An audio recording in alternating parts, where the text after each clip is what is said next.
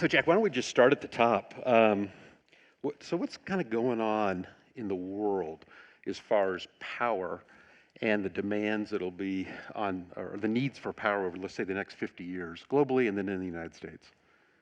Well, first I want to thank you for inviting me. It's a pleasure to be here. And with just a few hours' notice, I really had to write down a lot of stuff, so I apologize a little bit to start. But that's a really big question. And the way I wanted to approach it was, different geographic regions offer different issues. So you get outside the United States and really developing nations, we're going to see significant energy demand growth over the next 30 years, unless something significant happens, led by China and India, who oddly are still considered not first world nations. And these countries get a pass from the Paris Accord and will continue to increase emissions significantly until 2035. The rest of Southeast Asia is also in a real boom, and as are most organized developing electric systems. And the big negative here is there's going to be a ton of new coal-fired power plants built. I was trying to find out how many. There's at least 75 being built today, and probably another 75 in planning in this region alone. And then you go switch regions, you go to countries with established electric systems, Western Europe, Canada, Australia, and many others. You're seeing a much smaller growth, but it's more in modernization, more focused on cleaner energy and not just megawatts. So you're seeing a real consistent growth because everything's growing. And then quickly rounded out in the United States, we have an energy boom right now with infrastructure. And not only small megawatt growth, and it's driven well, I guess it is small megawatt growth, but it's driven mostly by efficiency. Uh, we're reducing consumption by the megawatt, but we're increasing our use of, electronics and other things like that. So we have a really well developed and we have really well managed grid. We do about 99% reliability throughout the United States, which is better than anywhere in the world. It's pretty great.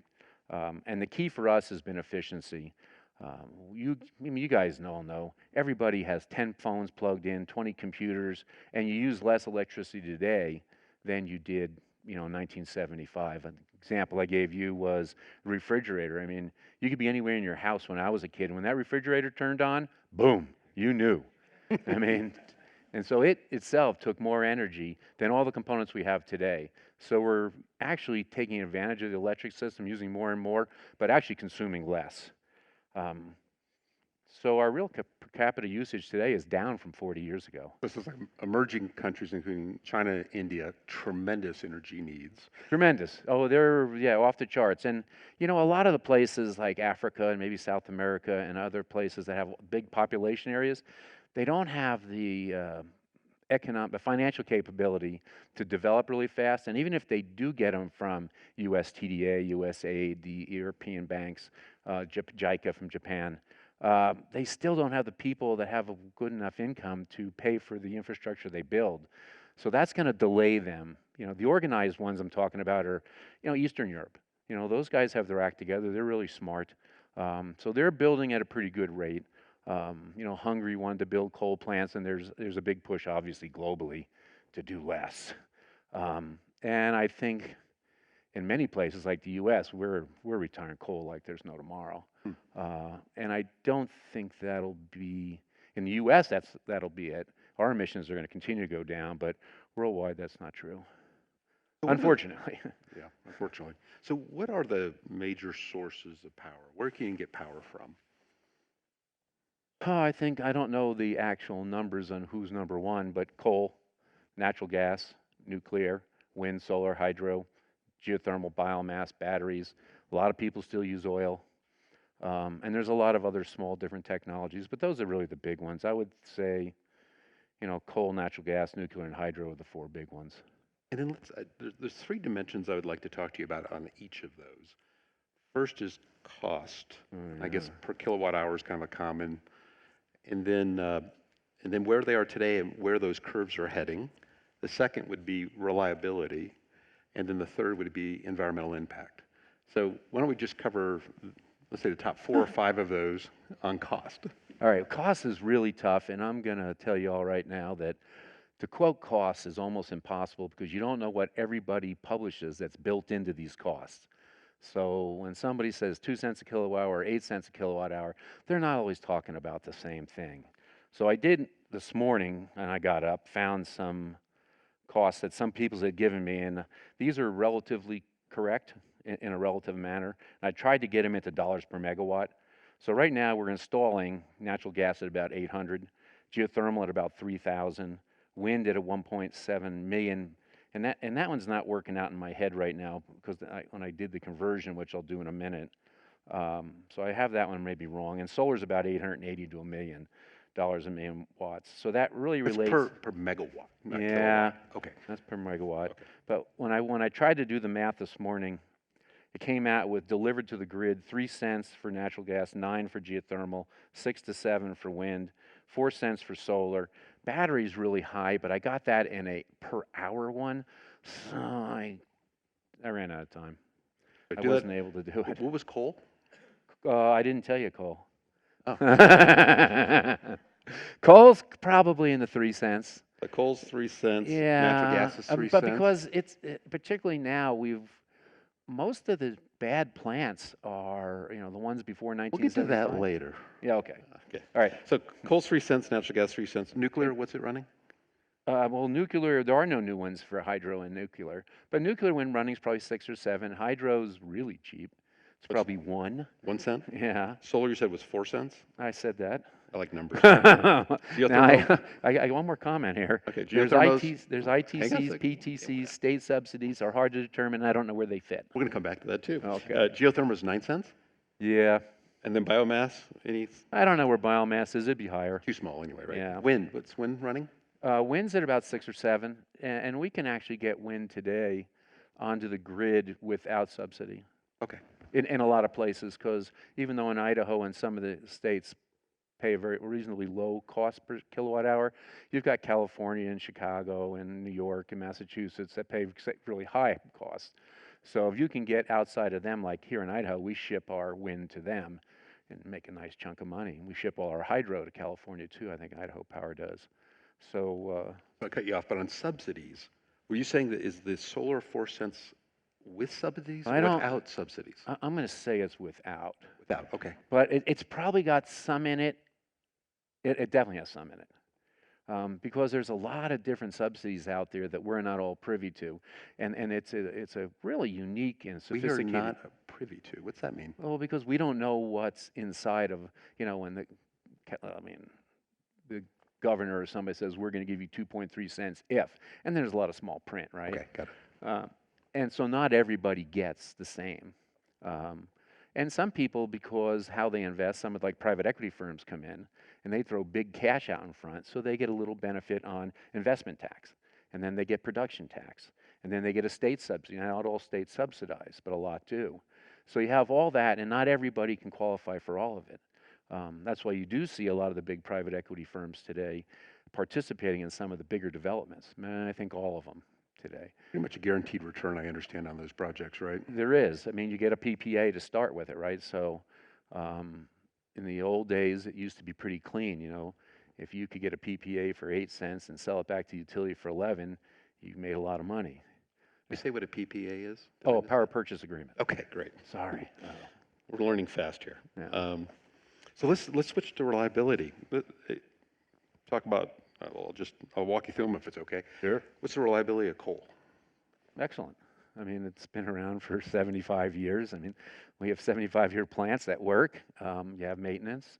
It's very high reliable. And you can keep constant power coming out of it. Oh yeah, it's a base load. It's really good. Good frequency, good efficiency. Efficiency is probably in the 60 to 70% range, which is quite good. Obviously, it's got significant emissions. It's very complicated.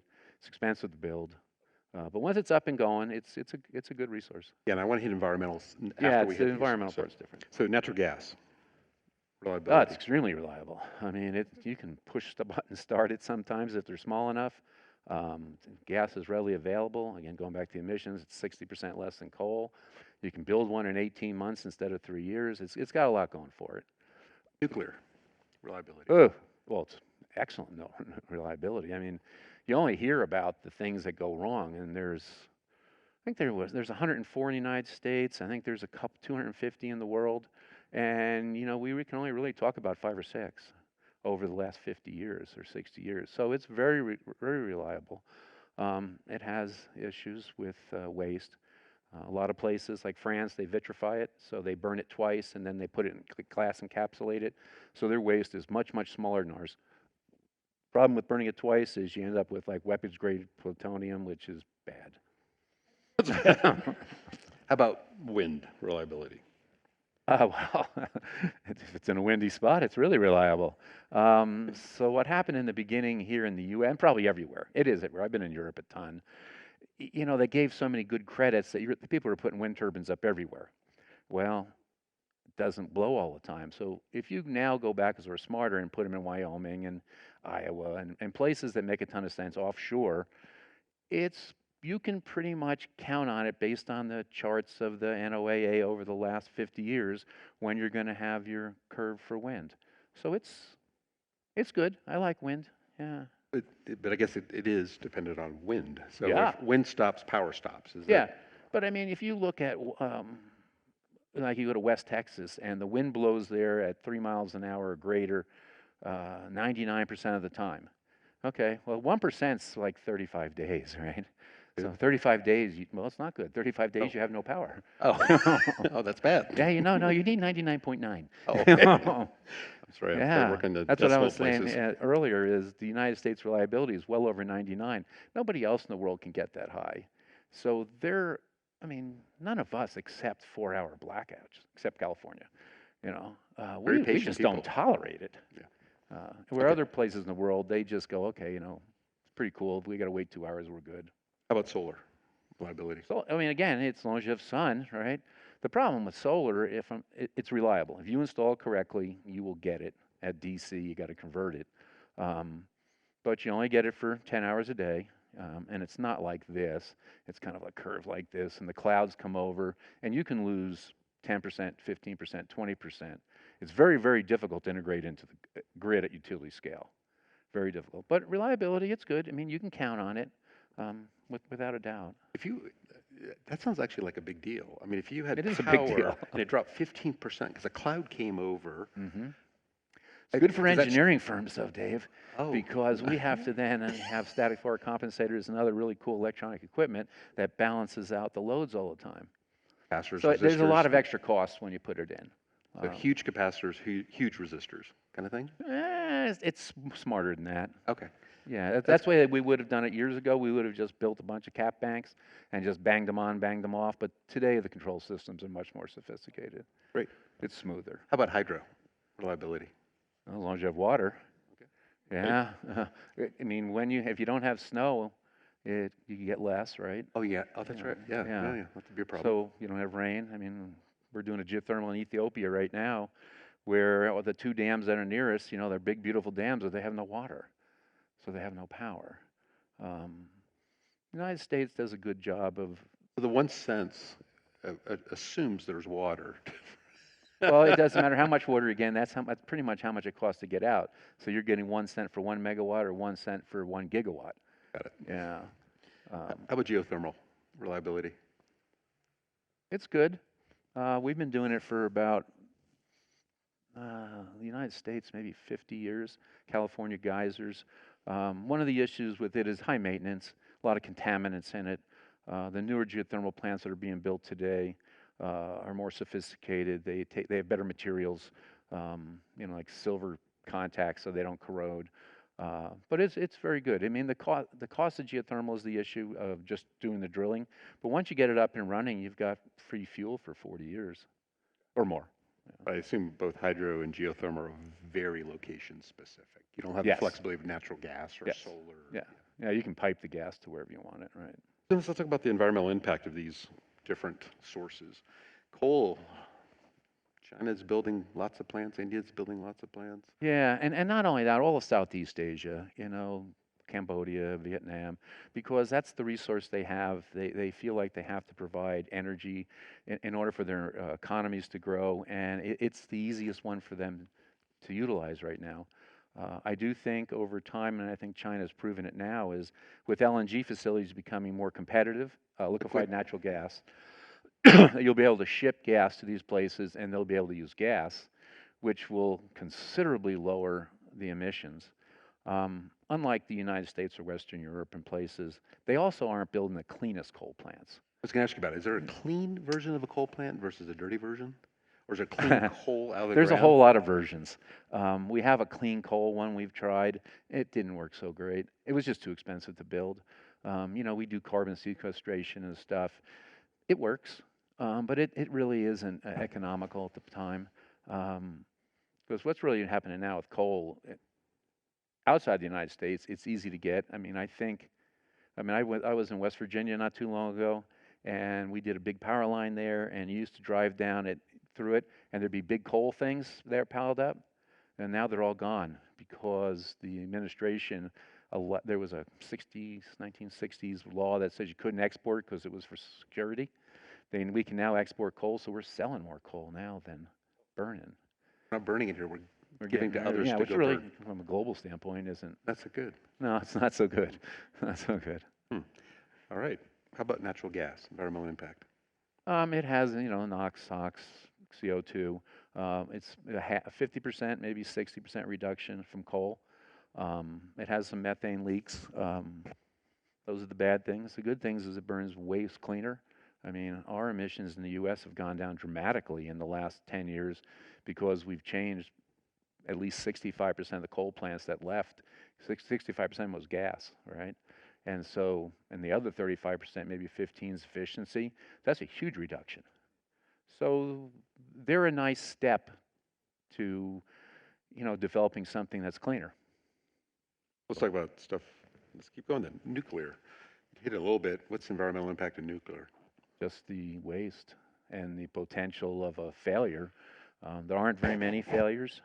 United States reactors and most of Europe's, like French Riva and stuff, very, very safe. The one in Japan, it's a tsunami, and they didn't plan on that. That's an unusual event. But in general, I'd say safe. Of course, the waste is an issue. Wind? Environmental impact? Pretty big, actually. Really? Migratory birds. Yeah, it slaughters them. You or a lot? Oh, a lot. If you build it in a migratory path, apparently the birds don't get it. I just saw an article from a Norwegian study that said they painted parts, one of them black or one of them blue, just to kind of make like a shutter thing, and it did deviate the bird patterns. So I think we're getting smarter on that. So on wind and really solar thermal or concentrated solar, which would just vaporize them, we're learning how to maybe put them in better places for one, but also change the mitigation paths. So, Other than that, they're good, no emissions. let's talk about solar, environmental impact. That's a tough one. It depends on how you want to look at it. It has rare earth minerals in the silicon, right? So the actual life cycle carbon footprint of it isn't zero, because all the components are built someplace else. There's a lot of shipping involved. There's a massive amount of land use. You can say the land's useless. Okay, but what about the poor desert turtle or tortoise and all those other little critters that live there? If we don't care about them, you know. But other than that, it's good. There's no emissions. You have a little bit of recycling issue. You have a life cycle issue, but overall, it's one of the least.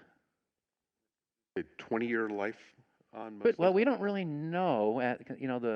The panels themselves haven't really changed much in the last 10 years. It's been the manufacturing capability that's dropped the price.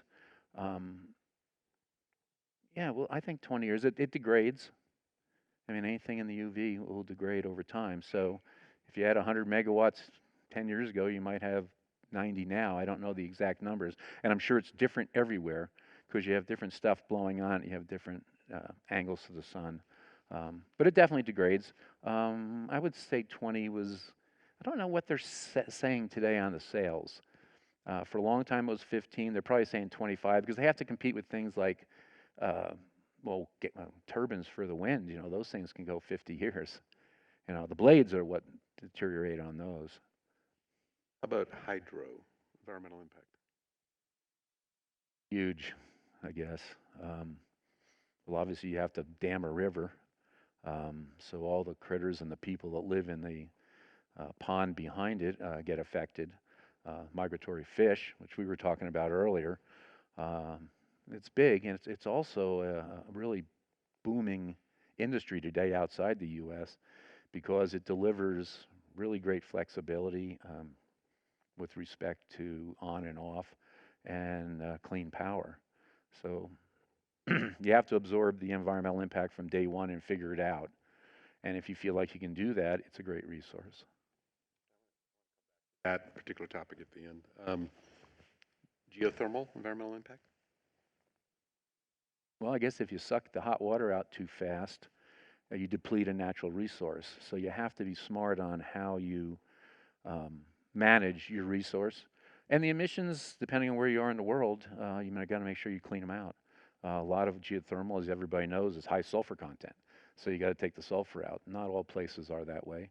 But there's a long process of screening and taking it out as you take the water out from down below and putting it through the turbine and through the emissions. Um, I would say it's mostly clean. Pretty good. So I'm going to hit a couple of things I've heard other folks say about some of these sources. Uh-oh. I'd love to get your reaction. So T. Boone Pickens at a TED Talk a few years ago, maybe 10 years ago, said, "Our generation has solved your energy problem. We've done our job. We've given you 100 years of power, relatively clean power." And he called it the bridge energy source. He goes, and you'll figure out in 50, 60 years where you're going from there. But we've kind of done our job. And he said that's natural gas. What Yeah. do you say? I was at an AWEA conference where T. Boone Pickens spoke, and he said the same thing about 15 years ago. I didn't believe him at the time, but today I think I do. Because there's just no way you can take 350, 400 gigawatts of coal and not bridge it to something else today without, well, build new nuke plants, build new hydro. Um, and today's the natural gas is the way to go. And that's exactly what we're doing. We are doing that. We're building Yeah, natural gas. absolutely. It's absolutely the bridge. And we have It doesn't get publicized much because people don't like the fact that it has CO2, NOx, SOx, and yeah, it's not perfect, but it is substantially better than the coal plants we have today and the new coal plants. And it's easy to build. It's fast to build. It's not easy. It's got a good lifetime, and I think by the time they run out in the next 25, 35 years, we hopefully will have a better solution. So is there enough natural gas in the world that we could flip everything to natural gas? Shut off the nuclear, shut off the solar, shut off the coal. Can we supply the entire world with natural gas? The United States, probably not. Not We the could- U.S., We could probably supply ourselves. okay. Yeah. But not the rest of the world. I don't know. I don't know the reserves. A horrible thing to say, but with the ice caps melting, there's going to be all kinds of great natural resources under them. So if you're looking for coal and gas, you probably can find it. But I don't think that's the direction we're going. I mean, obviously gas goes in cars, propanes and propenes and stuff, because there's so much less. Let's talk emissions. about solar. Okay. And you said to me when we talked less than 48 hours ago, you said solar is the future, but it's missing one key Oh. part of the system Oh. to really be a breakthrough. What is Good. I thought you were going to say something else because I'm not a huge fan of solar because of its issues with the grid, but it is the future. Everybody on Earth's got it. Everybody on Earth has almost the same, depending on where you sit with respect to the equator, of course. And we're going to get smarter and smarter and smarter about it. The problem you have, there's no energy storage. Okay, so today you need energy storage to make solar go. We've gone from lead acid to nickel cadmium and now lithium ion batteries, and quite frankly, they're a battery. Everybody here knows that as soon as you turn the battery on, it degrades, and it continues to degrade. They're nasty too, right? They're Things- nasty. Lithium's terrible. If you want to feel weird about lithium, Google it on how they mine it. It's absolutely devastating to the poor people. But it is a big increase in capability over the nickel cadmium and the lead acid. We recently did a 40 megawatt plant in California, and I went down there, and it was for like 4 hours. So they can't hold the charge very long and actually deliver power. But there were 23,000 batteries. I mean, it was as big as a football field, 40 feet high. It was I never saw anything like it. So there's some issues, but when we get the storage, and it won't be lithium, and there's a lot of RD going on, that's going to mean you could pump that solar all day long into those and run it all night. That's going to be a game changer for all grids, globally. Wait, and you, interesting enough, said there's another potential game changer, which is, it's exciting to hear about solar, but Bill Gates has said this for quite some time. I think one of the Pritzker heirs has spent tremendous amounts of her own personal resources researching this and subsidizing grants for it, but it's nuclear. Yeah, I agree with Mr. Gates. There's no CO2 comes out of a nuclear power plant, right? There's no there's emission CO2 issues. comes out of everything. We're talking is coming out. All right. You know, Okay, I mean, a little let's bit's coming never out. use the word zero. Okay. But today, nuclear, I think, is a really good way to go. I'm a nuke fan. Okay. Big reactors are a thing of the past. Small nuclear reactors today, ranging from 15 to 20 megawatts per unit, are in development. Mr. Gates and Mr. Bezos are big fans of it. In 2012, the DOE had a call for interest. They got 4 people, Babcock and Wilcox, Westinghouse, NuScale, and Holtec. There's still about the same number of players in that range. They've changed their names because investors became different, like Bezos and Gates. Recently, we were involved in a very cool project that's gotten permission to move forward at the INL with NuScale. So you have the DOE, INL, NRC, TVA, and Idaho Power, along with UAMPS running it, and the NuScale technology, which we believe we will get licensing in the next couple of years, and we will have a demo project outside of Arco, Idaho, hopefully in the next 4 or 5 years. And the cool thing about that, I think those are 60 megawatts each. I think there's 4 of them. The 5th one is only going to generate hydrogen, which is going to run the entire INL. It's more experimental. It's not experimental. It'll work for sure. Idaho National Lab. Idaho National Lab. Sorry. Yes. And those of you who don't know what Arco is, I don't blame you. So they're going to take that hydrogen. They're going to do heating and cooling in cars and all kinds of stuff with it. And it's not really new technology because submarines started with small modular reactors in the 1950s, I think. So that could be part of this horse race too. It could be natural gas, it could be solar, it could be nuclear. I think the SMRs will make a nice difference because somehow they figured out on the emissions how to contain it. You can build them all in the factories. It'll be faster. It'll be all tested. It'll be set in place. I think it'll get some traction if all the licensing comes in. Would you be okay if China and India were building those versus doing coal? Well, they are. I mean, China's doing everything. Okay. Yeah, and China really has just too big a population. They're just trying to meet the demands of their people. Right. So they have to go that way. They're absolutely trying to backscale. They want Teslas and iPhones too, right? Absolutely, yeah. So we only have a couple minutes left, but I have to hit this subject. California, 5th largest economy in the world. Besides the shutdown that happened, it's actually shutting down its power grid too. Put the fires aside because it's its own dynamic, but why is California having brownouts as the 5th largest economy in the world? Yeah, I really didn't like this question because the truth is not always what you want to hear, but really California over many years has been very progressive in how they've moved forward with their power systems. And recently, they're very politically driven. And so what's happened, and this has been said by the California ISO and the CPUC, which are the system operator and the Public Utility Commission, that they have been mandated to use less and less rotating machines or things like coal and gas. Yeah. And therefore they're pushing it more on renewables, and they're claiming batteries will take the brunt of it, and maybe someday that's true, but today it's not. So right now they have an issue with N-1 reliability, which means if you have one or two issues, how do you move the power around so everybody continues to have the lights on? And they struggle with that today with their infrastructure. They just don't have a stable enough baseload infrastructure to do it. And of course, then you get fires, and that just throws another. Yeah, but if I understand correctly, it's because the renewables, wind and solar, they're dying down in the evenings. Power demands still stay up high, so there's a very well, they're not consistent either. Grid works on something called inertia. Okay. And they don't really. Solar provides 0, so you have to have voltage stabilization. Batteries do a great job of that. you know. Or natural gas Oh, power gas plants. does a great job. So you just push that button, bring it up, and then Yeah. it kind of covers. So, again, we have just a little bit of time left, but when we talked about this a couple days ago, I said, could you fix this problem?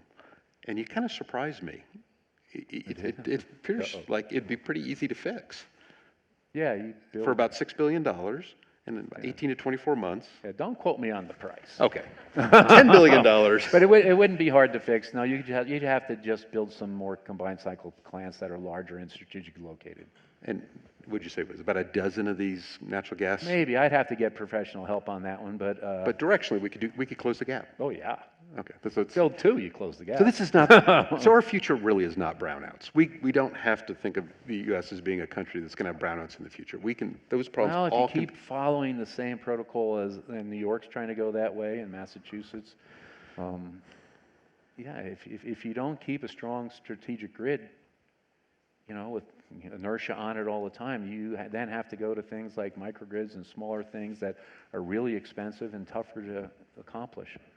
So I think today you have to go with gas. So I'm going to take one more minute. Okay. And so when I moved up to Idaho, one of the things I learned through my kids' local school, the community school, was about the salmon runs, the great salmon runs of the Pacific Northwest. And I didn't realize that salmon came all the way up into Idaho. There's a lake up north called Redfish Lake, and I guess it's called Redfish because there were so many, was it sockeye or Sockeye. sockeye salmon? They just covered the entire surface of the lake.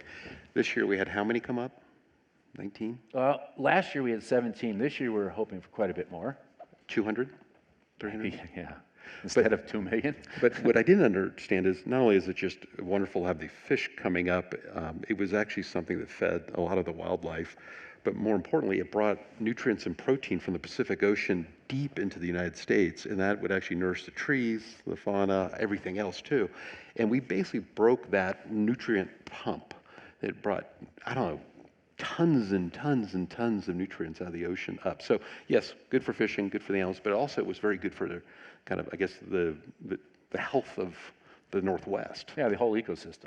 Yeah, but it's a penny a cent for hydro, so I could see why people like having hydro. But isn't there an argument for we should knock those dams down and restore the fish runs? I don't want to have a personal opinion on this, so I did call some folks on this who I do know, and as I told you last week, I was fishing with a guy that was all over me on how come I haven't taken down the 4 lower Snake River dams.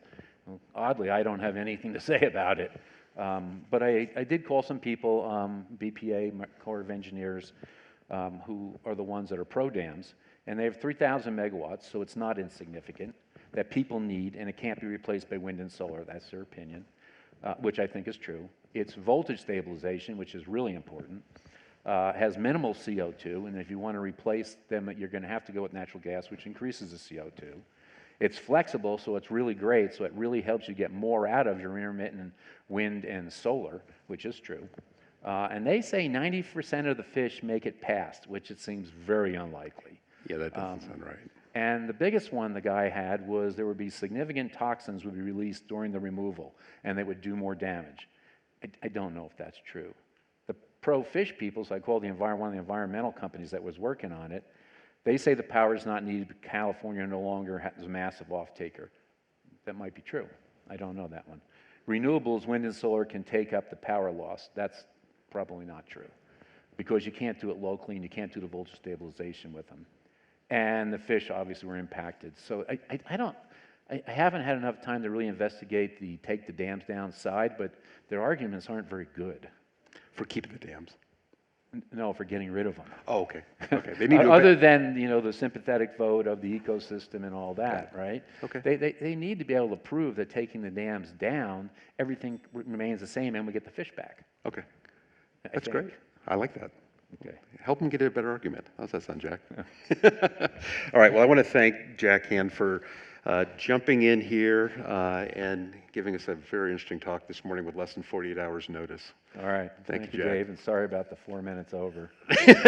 No, it's fantastic. Thank you very much. Thank you.